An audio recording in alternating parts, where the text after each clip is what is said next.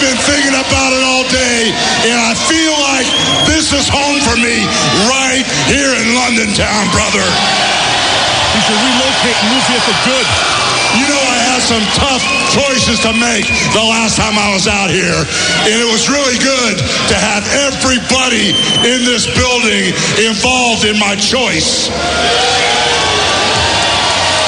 But things didn't exactly pan out the way I thought they would. All of a sudden, when I was in the decision-making process and I had the number one contender dialed in right up here, brothers, aces and eights decided to stick their nose in TNA business once again. But you know something? Out of everything really, really bad comes something really, really good. And it gave me a whole week to think about all the guys that poured their hearts out here trying to get that number one spot for Lockdown against Jeff Hardy. And after one long week of thinking about who the man should be to take on our champ, Jeff Hardy, after one long week of thinking about who the number one contender should be, I decided that man stood out above everybody else, heads and tails. He rose to the occasion. He made it clear that he is the only man for the job. So now I give you your number one contender to go against Jeff Hardy for the world title at Lockdown. I give you Bully Ray. And now, more Pro Wrestling Weekly with your host, Fearon Derry. Sit down, shut up, and listen up.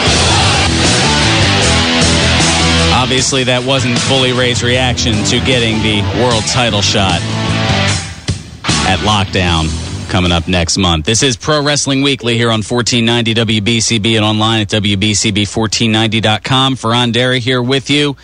Hogan announced it this past Thursday from the Impact tapings that went on in London. Only got, one more of these to go before they're back live here in the U.S. I know, it seems like they've kind of been catering more to the England crowd than they have kind of furthering their pay-per-view, but it's coming up in a couple of weeks, so they'll be able to have a solidified card. Right now, only 3 matches set up for the Lockdown pay-per-view coming up on March 10th. You've got the aforementioned Jeff Hardy against Bully Ray. All the matches are cage matches. That's the theme of Lockdown. A cage match for the TNA World Heavyweight Championship. You've also got a cage grudge match, Kurt Angle against Wes Briscoe of Aces and Eights. And then in a lethal Lockdown cage match, you've got Team TNA headed by Sting against Team Aces and Eights headed by Devon. 3 matches so far, more set to come. We'll probably hear some this Thursday coming up, the 28th, and then the rest at the Go Home show leading up to the 10th. That would be March 7th, I believe, if my mental calendar is right, since I'm not looking at one. I'm just guessing, figuring these things out, trying to do things off the top of my head. That's kind of how we do here at Pro Wrestling Weekly, at least somewhat. All right, so I mentioned before the break what WWE can do to kind of turn Jack Swagger's negative into a positive. Kind of go against the grain of things, because a lot of people are already calling for his head, basically, saying, all right, he should either be fired, suspended, some sort of punishment should go down. I'm not disagreeing with that. But there is a way that you can, take these lemons and make lemonade out of them as opposed to just tossing them in a compost pile. Let's say Swagger's off TV for a month, 2 months, whatever, and in that time, Zeb Coulter gets somebody else to spread this We the People message. Now, by that point, it has obviously become widespread that Swagger's off TV, he got in trouble with the police, and that's probably the way that they can spin it, so that way the kids don't have to ask questions of what's marijuana, what's weed, things like that. Swagger comes back, maybe after the Extreme Rules pay-per-view, sometime in May or June, to confront Zeb Coulter and say, I know the real truth about Americans. Americans believe in second chances. Americans believe in redemption. Americans believe in learning from mistakes, because we as Americans, we as humans, all make mistakes.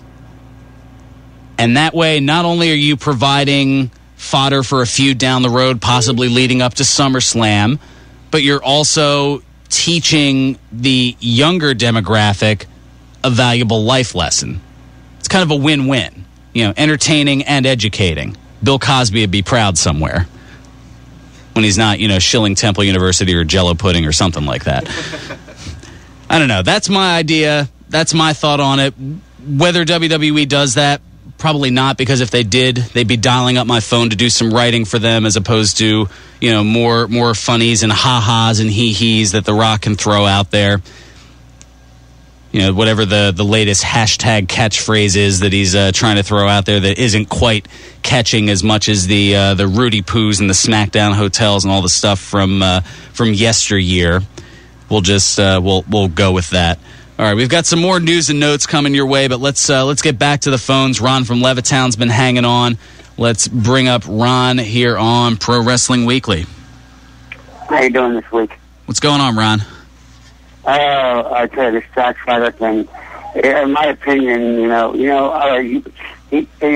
all the other wrestlers before him who have broke the drug tolerance, I see he just ruined his shot for a title. And the thing is, I would suspend him like all the other ones were suspended. And I'm hearing if he gets suspended, this opens up Dolph Ziggler to cash in his Money in the Bank and win. And then if after Jack Swagger's finished with his loss, he's got himself an opponent, and that'll be Dolph Ziggler. Because I'm hearing that Dolph Ziggler is all around the road going to become a babyface wrestler.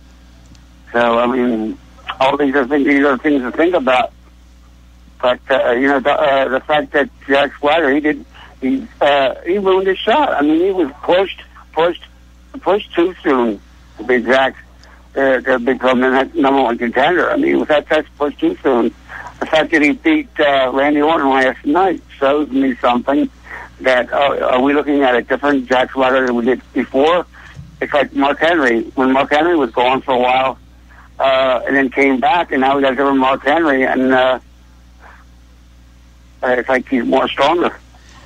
Well, the fact that they're... Swagger did it to himself. Yeah, definitely right. The fact that they're 6 weeks out, and they have ample time to put either the game plan that they want or if they want to go with an alternative game plan together. I mean, as of right now, as of this moment, only 2 matches are advertised for WrestleMania coming up on April 7th. The Rock and John Cena for the WWE title, and that isn't exactly set because we don't know what's going to happen this Monday on Raw when John Cena goes against Punk and that WWE number one contendership or title shot at WrestleMania is on the line, so that could change. It could be Rock Punk. And now Alberto Del Rio and Jack Swagger, that was the other one that's set, but with all of this controversy from the arrest this past Tuesday night, that leads to all kinds of speculation. Could Dolph Ziggler, I don't know if he'd necessarily cash in before WrestleMania and say, all right, Swagger's been suspended, I'm going to cash it in and take that shot. Mark Henry certainly has a case to make. There's a number of different ways they can go with it, and there are so many other moving parts because you're not going to have those two matches be the entire 4-hour card. You still have maybe 7, 6, 7, 8 other matches that you've got to put onto the card, and none of that is solidified yet, and there's still ample time to do that. I mean, we don't know if The Undertaker is going to be at WrestleMania, and if so, who he's going to face. That's a question that still has to be answered. What titles are going to be on the line? Are they going to continue this feud with The Miz and Antonio Cesaro? That's certainly a possibility. What's Wade Barrett going to do with the Intercontinental title? So, I mean, there's still a lot of questions heading into WrestleMania. Yeah, well, in figuring out this for John Cena and CM Punk that's coming out Monday night, this always seems to happen. Every time John Cena wants to become number one contender, well, who steps in? CM Punk. That's what I'm thinking. When WrestleMania comes around, CM Punk and John Cena, it's a ritual threat match. It's got a ritual threat match because I don't see. I mean, they're both. John Cena loses his shot. It'd be just like when he had the Money in the Bank shot. to win the money event, and he lost the shot for that. And the fact that he cashed it in, too soon and lost the shot, it makes you wonder if they're going to definitely have a triple threat match against WrestleMania, and that would be a good match. Well, I don't know. I mean, I'm sure it would be entertaining, and thanks so much for the call, Ron. I'm coming up against it here. The triple threat matches for the main championship, it has been done before, but that doesn't necessarily mean that it's the best option. Usually, I know a lot of wrestling purists, and I'm among them, would say that the main championship should be a one-on-one match, and I agree with that. I mean, but they have done a triple threat match in the past for the title. I mean, you go back to WrestleMania 20, for example, where you had Shawn Michaels, Triple H, and Chris Benoit. I mean, that was an extremely entertaining match, one that WWE will never show again because it has Chris Benoit in it, but nonetheless, I mean, it's a great match that you'll have to scour the interwebs or, purchase DVDs on eBay because WWE isn't releasing any of that stuff anymore. At least I'm pretty sure they're not. But it's a possibility. That's the thing. There are so many possibilities with this. It's making my head spin. So I'm gonna take maybe a little Dramamine or something, get the dizziness going. We'll come back. We've got a ton of news and notes, some stuff left over from last week, and some new stuff added in. I've got a Scott Hall update for you, a Nature Boy update.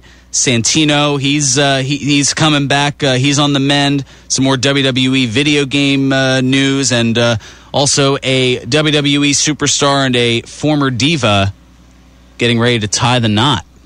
Tell you more about that. And speaking of former WWE divas, remember Kelly Kelly, Barbie Blank? Well, she's going to be right here in these neck of the woods this coming Friday, March 1st from 6 to 8 p.m. over at our good friends at George's Cards and Collectibles, the New Falls Road location. That's this Friday, March 1st from 6 to 8 p.m. You'll see Barbie Blank, formerly known as WWE diva Kelly Kelly. For more information as well as tickets, you can give George's a call, 215-943-2475, or you can check them out online at georgescollectibles.com. And also, I've got a programming note for next week. We're going to take a bit of a pit stop on the road to WrestleMania. Scheduled to join the program. I know I've been hyping him up a lot the last few months. I've put some of his stuff up on the Facebook fan page, but Justin Henry, who until recently had his own blog at Blue Bar Cage, he has now joined the staff at a site that I've enjoyed for quite a while, WrestleCrap.com. He's going to be joining us, or scheduled to join us in studio, and also the founder of the site, WrestleCrap.com, R.D. Reynolds.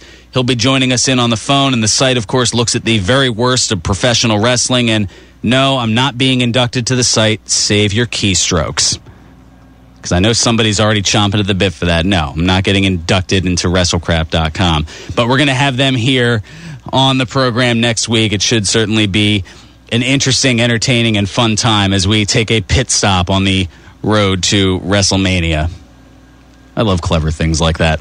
All right, we'll come back with more news and notes, some Facebook feedback, and we've got room for your calls as well. Open board, 215-949-3232, or toll free at 888-922-2149. Those are the ways to reach us here on Pro Wrestling Weekly, here on 1490 WBCB and online at WBCB1490.com.